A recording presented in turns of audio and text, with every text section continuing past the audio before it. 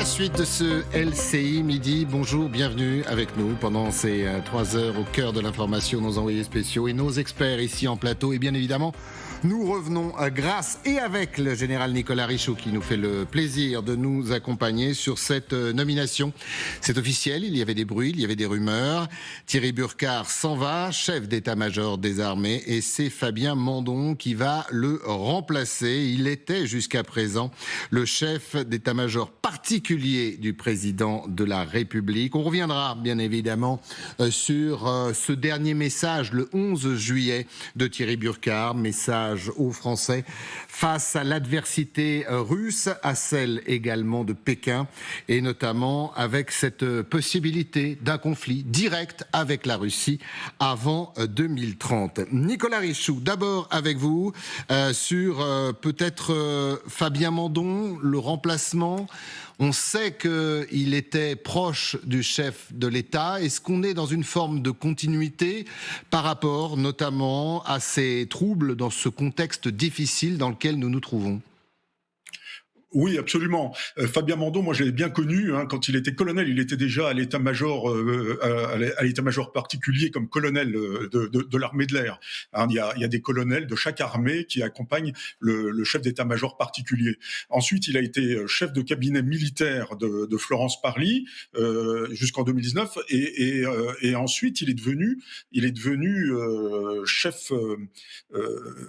Il est devenu chef d'état-major particulier du président de la République. C'est pour dire qu'il a eu une trajectoire tout à fait cohérente, assez stratosphérique, et donc il se place bien évidemment, dans la continuité de ce qui vient de se faire ces années passées, parce que, bien entendu, le chef d'état-major particulier a une responsabilité particulière, et c'est lui qui susurre à l'oreille du président de la République. Donc rien ne se fait sans qu'il ait donné son avis au président de la République. Bien entendu, il était très proche du président de la République, et il avait un avantage véritablement concurrentiel, vraisemblablement, par rapport à Vincent Giraud, qui qui a été aussi chef d'état-major, chef de cabinet militaire du ministre de la Défense, des Armées, mais peut-être moins proche du président de la République. Voilà. Vincent Giraud, j'ai très bien connu, il a été sous mes ordres. C'était deux excellents candidats. Il faut signaler quand même qu'il n'y a pas eu de SEMA aviateur depuis 30 ans. J'ai vérifié parce que moi j'en ai peu connu dans ma carrière militaire. Je crois que c'est le général Ranoux en 1991. Vous voyez qu'on n'a pas abusé. Il y a eu beaucoup de terriens. Il y a eu l'amiral Roland avant Lecointre, etc. Mais globalement, les aviateurs ont été totalement sous-représentés dans la fonction de chef d'état-major des armées. Donc il y a une certaine logique en fait dans ce qui vient de se passer pour faire tourner un petit peu par armée les postes de très haute responsabilité. Moi, ce que je peux dire, c'est que d'abord c'est quelqu'un de très calme, de très sympathique. Bien sûr, il a l'intelligence qu'on peut soupçonner de quelqu'un de ce niveau-là, mais qui saura mettre les armées en confiance. Et je crois que c'était une excellente nouvelle. Mais les deux candidats étaient une excellente nouvelle. Il y avait que du gagnant-gagnant en fait. Voilà. Mais effectivement, Fabien Mandon, proche du pouvoir, avait peut-être un avantage concurrentiel par rapport à Vincent Giraud. Restez avec nous, général Richaud. Bien évidemment, on a besoin de vos lumières. Renaud Pilat, c'était capital. Alors, je crois que Thierry Burkhart a voulu également partir pour laisser un mandat plein avant une prochaine élection, au vu justement de la situation préoccupante, grave, tendue que nous traversons aujourd'hui. Nous, la France, nous, l'Europe, nous, l'OTAN.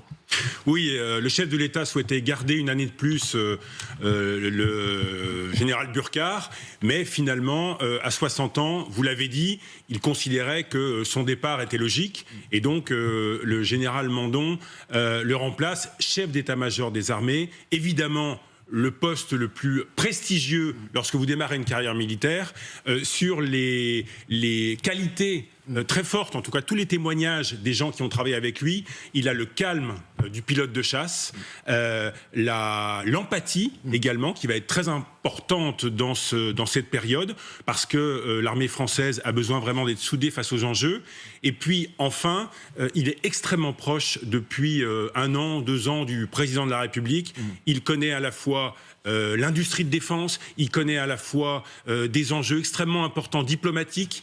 Il suivra sur la menace poutinienne, ce que disait le général Burkhardt, qui a fait il y a quelques jours une conférence de presse extrêmement remarquée. Et donc, il va devoir également continuer à expliquer les missions de l'armée française aux Français. C'est très important dans sa mission, me semble-t-il. C'est quelque chose de capital, puisque on reviendra sur cette intervention remarquée, comme vous l'avez dit, mon cher Renaud, de Thierry Burkhardt sur les menaces qui pèsent sur la France. Mais il y a également, Magali, une continuité. Nous sommes aujourd'hui, alors je dis nous la France, nous l'Europe, nous l'OTAN, on est aujourd'hui dans une guerre. Elle est technique, elle est militaire, elle est commerciale. Il y a la Russie, il y a la Chine, il y a aussi les États-Unis. On a besoin de personnalités qui soient proches du pouvoir. Mais j'ai envie de dire proche du pouvoir dans le bon sens. Oui, et puis qui a la confiance totale du chef de l'État. Et en effet, on est dans la continuité. Ça fait 2 ans qu'il était chef d'état-major particulier du président. Et donc, pendant ces 2 dernières années, évidemment, il a suivi toutes les crises internationales, l'Ukraine, bien sûr, le désengagement aussi en Afrique. Il a servi, en effet, d'interface avec tous les fabricants d'armes. Donc, il est aussi très impliqué sur ce dossier de la montée en puissance de l'industrie de défense française. Donc vraiment, on s'inscrit dans la continuité. On a vu un général Mandon qui a pris de l'influence, qui a vraiment, en effet, susurré à l'oreille du président français ces dernières années, au point d'énerver certains à la cellule diplomatique de l'Élysée. Les militaires ont pris de l'influence. Évidemment, vu le contexte international, c'est assez normal. Mais il y a un événement que l'on raconte qui date de début janvier où alors que le président français s'envole pour Londres pour un rendez-vous avec Keir Starmer sur le dossier ukrainien, Fabien Mandon fait passer une note qu'il ne transmet pas à la cellule diplomatique, ce qui manifestement a évidemment énervé Emmanuel Bonne qui s'occupe justement de cette cellule diplomatique. Donc en fait, cette nomination, elle est importante parce qu'elle montre l'influence en effet des militaires aussi dans l'entourage du président de la République, qui les écoute avec énormément d'attention vu le contexte actuel.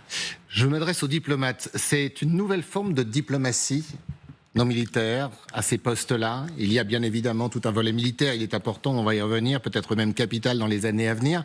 Mais il y a aussi cette autre forme de diplomatie face à des pays qui aujourd'hui sont des pays en guerre, sont des pays durs où le rapport de force est omniprésent.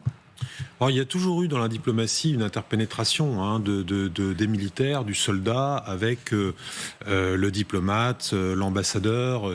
La diplomatie, la force ont toujours partie liée. Ça fait partie, c'est une loi des relations internationales. Alors, je dirais peut-être simplement pour ajouter deux éléments par rapport aux 2 personnalités dont on parle aujourd'hui.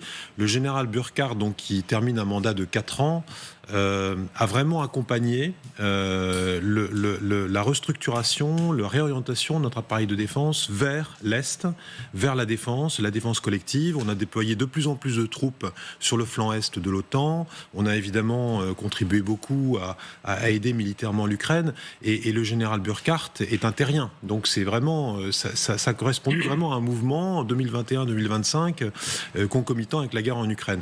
Le général Mandon, c'est effectivement quelqu'un qui vient de l'aviation, qui était aussi, c'est la prérogative propre du chef d'état-major particulier, très centré sur la dissuasion nucléaire, qui joue là aussi un rôle de plus en plus important, y compris diplomatique, quand il faut en parler avec les Allemands, quand il faut en parler avec les Anglais. Et puis, c'est quelqu'un qui connaissait les coulisses du pouvoir. Et là, effectivement, il peut y avoir des phénomènes où il y a des phénomènes de rivalité, parce que quand on est tout près du chef de l'État, entre le chef d'état-major particulier, le conseiller diplomatique. Donc, on a effectivement une partie de plus en plus liée entre les militaires et les diplomates. Alors, Nicolas Richoux, je voudrais que l'on écoute écoute Thierry Burkhardt. Je rappelle aux téléspectateurs donc le changement, cette nomination de Fabien Mandon à ce poste aujourd'hui, on va dire ça comme ça, mais c'est un poste stratégique. Et pourquoi revenir sur cette déclaration de Thierry Burkhardt? Parce que c'est peut-être la première fois que les Français voyaient qui était le chef d'état-major des armées et surtout l'inquiétude de nos militaires au plus haut du pouvoir sur les menaces qui pèsent sur nous. C'était le 11 juillet dernier. On a été de fait espionné, on est espionné et on fait l'objet de campagnes de dénigrement. Dernièrement, vous avez sûrement bien identifié la campagne que la Chine a habilement conduite visant à discréditer notre industrie d'armement et directement le Rafale. L'Iran, elle pratique le terrorisme d'État. Et elle détient aujourd'hui des otages qu'elle a transformés en otages d'État. Elle peut aussi décider, et la menace a été agitée, de fermer le détroit d'Ormuz. Enfin, je pense qu'il existe de fait aujourd'hui une réelle tentation de relance du programme nucléaire militaire, mais cette fois en dehors de toute surveillance. Le Kremlin, je vous l'ai dit, a fait de la France une de ses cibles prioritaires, avec en fait des choses qui bien évidemment se caractérisent un peu dans tous les domaines, bien évidemment sous forme de guerre hybride, multimilieu, multichamp, ça veut dire un peu partout on est confronté, un peu physiquement, mais c'est vrai aussi dans l'espace, dans le cyber, dans les fonds marins. Général Richoux, c'est ça un chef d'état-major des armées? Parce qu'il y avait eu cette intervention très très remarquée et quelque temps après il y avait eu l'autre intervention du chef de l'État, un petit peu comme une suite bien évidemment sur ces menaces qui pèsent sur notre pays. C'est important d'avoir quelqu'un qui s'exprime, qui dit ce qui se passe. Oui, bien entendu. Et puis la parole du chef d'état-major des armées est rare, donc on l'écoute, si vous voulez. S'il s'exprimait tous les jours, elle n'aurait pas la même valeur. Et ce que dit le général Burkhardt, c'est ce que l'on voit tous, c'est qu'aujourd'hui la menace est protéiforme. C'est pas forcément la menace d'une guerre mondiale, mais en tous les cas, c'est une menace de guerre hybride. On voit bien qu'il y a de la désinformation, qu'on est attaqué dans tous les champs informationnels, économiques, tout ce que l'on veut. Et puis effectivement, la menace d'une guerre remonte, l'occurrence d'une guerre avec ce qu'on voit, l'Iran, l'Ukraine, etc. Donc il faut se préparer à ces nouveaux enjeux. Et il faut quand même dire que c'est une des raisons pour lesquelles le général Burkhardt a décidé de partir, parce qu'il a décidé de partir pour qu'en 2027, lorsqu'il y aura un nouveau président de la République, eh bien, le nouveau CEMA soit bien en piste, bien assis, qui connaisse bien ses dossiers pour pouvoir le conseiller utilement, parce qu'on va vers l'inconnu. Donc ça, c'est une vraie décision. C'est pas un désaveu. Il a quand même été 2 ans chef d'état-major de l'armée de terre, 4 ans chef d'état-major des armées, et il l'a décidé. Moi, j'ai été averti à peu près il y a 1 mois et demi que la chose était possible. Vous voyez. Donc c'est quelque chose qui a mûri. Le chef d'État ne voulait pas, le président de la République voulait pas le laisser partir, mais effectivement, il s'est rallié à l'idée qu'il fallait un nouveau chef d'état-major des armées bien assis pour affronter les échéances de 2027. Et Renaud, il fallait quelqu'un qui parle au français. Comme le disait le général Richoux, c'est rare. On l'avait souligné, on avait passé cette intervention en direct et on était un peu stupéfait que le chef d'état-major des armées parle avec des mots simples, mais d'une réalité qui aujourd'hui est notre quotidien et à laquelle on va être confronté de plus en plus. Oui, ça va être un des défis du nouveau chef d'état-major des armées, le général Mandon, parce que ça va être un nouveau métier. Parce qu'il me semble que désormais, le chef d'état-major des armées doit évidemment avoir le rôle stratégique, militaire, dissuasion nucléaire, tous les domaines face aux nouvelles menaces, mais il doit être également un communicant. Il doit communiquer. Et pourquoi la conférence de presse de Thierry Burkhardt a été aussi remarquée, c'est quelles que soient les opinions politiques, la clarté, la gravité, mais également une façon de rassurer les Français sur où va l'argent de la défense, puisqu'on est en crise budgétaire et le budget armement continue à augmenter.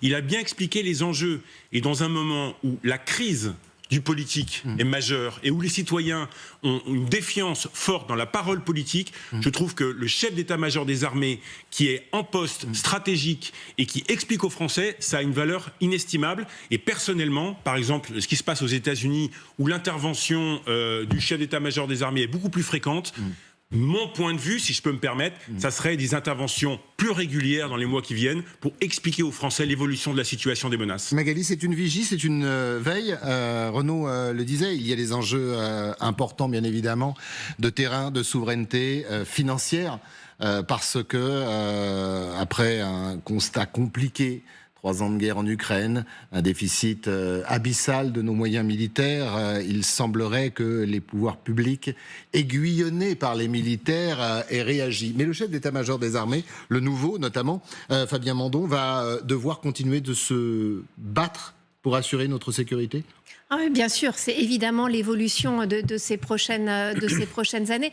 Et d'ailleurs, cette conférence de presse du général Burkhardt, elle fait presque aujourd'hui maintenant office de testament, enfin pour justement donner les grandes lignes de la suite. Et c'est ce qu'il a fait très clairement lors de cette conférence de presse le 11 juillet dernier. En fait, il a donné les grands axes en fait de progression, avec une volonté en effet d'alerter les Français sur la réalité de la menace. Et on peut faire confiance au général Mandon pour avoir exactement la même analyse. Et le général Mandon qui va devoir aussi évidemment accompagner la montée en puissance du budget de la défense, avec quand même sa connaissance en effet des grandes industries de l'armement. C'est déjà ce qu'il a fait dans la coulisse ces 2 dernières années. Avec, vous le disiez, Maxime Lefebvre, je ne sais pas comment on dit ça, pas une prérogative, mais en parlant de la défense et en parlant du nucléaire.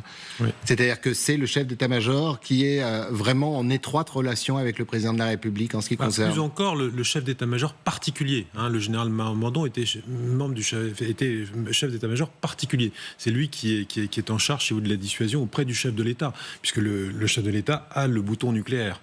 Donc là, il va changer un peu de fonction. Il faudra voir qui va succéder au général Mandon comme chef d'état-major particulier.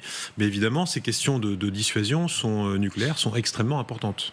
Gérald Richoux, Magali disait une sorte de testament de la part de Thierry Burkhardt, que cette feuille de route pour nos politiques, et je dis bien nos politiques au sens large, et ça serait une mission de Fabien Mandon, c'est-à-dire qu'il va falloir défendre toutes les armées, nos armées, que ce soit sur notre territoire, mais également à l'étranger, peut-être regagner aussi les territoires que nous avons perdus. Oui, bien entendu. Fabien Mandon, de toute manière, il est quand même... Vous avez vu la trajectoire que j'ai décrite. C'est quelqu'un qui est très affûté et qui est parfaitement au fait de tout ce qui se passe. Le bilan du général Burkhardt est le bilan, en fait, de l'état du monde et des défis auxquels on doit faire face demain. Mais Fabien Mandon, bien entendu, connaît ces défis absolument comme Thierry Burkhardt et aujourd'hui, dans la foulée, capable de reprendre le manche pour faire face à tous ces défis et puis mettre l'armée française, avec les augmentations de crédits qu'on nous annonce, en état de remplir ses missions. Donc voilà, Fabien Mandon, aujourd'hui, a le pied à l'étrier, compte tenu de son expérience militaire depuis 4, 6, 8 ans. Je rappelle qu'il était déjà comme colonel à l'état-major particulier du président de la République. Merci, général Richoux. D'un mot. Oui, d'un mot, notamment, il faut continuer à expliquer, me semble-t-il, alors que la situation de l'Ukraine est très difficile, les enjeux de cette guerre aux Français.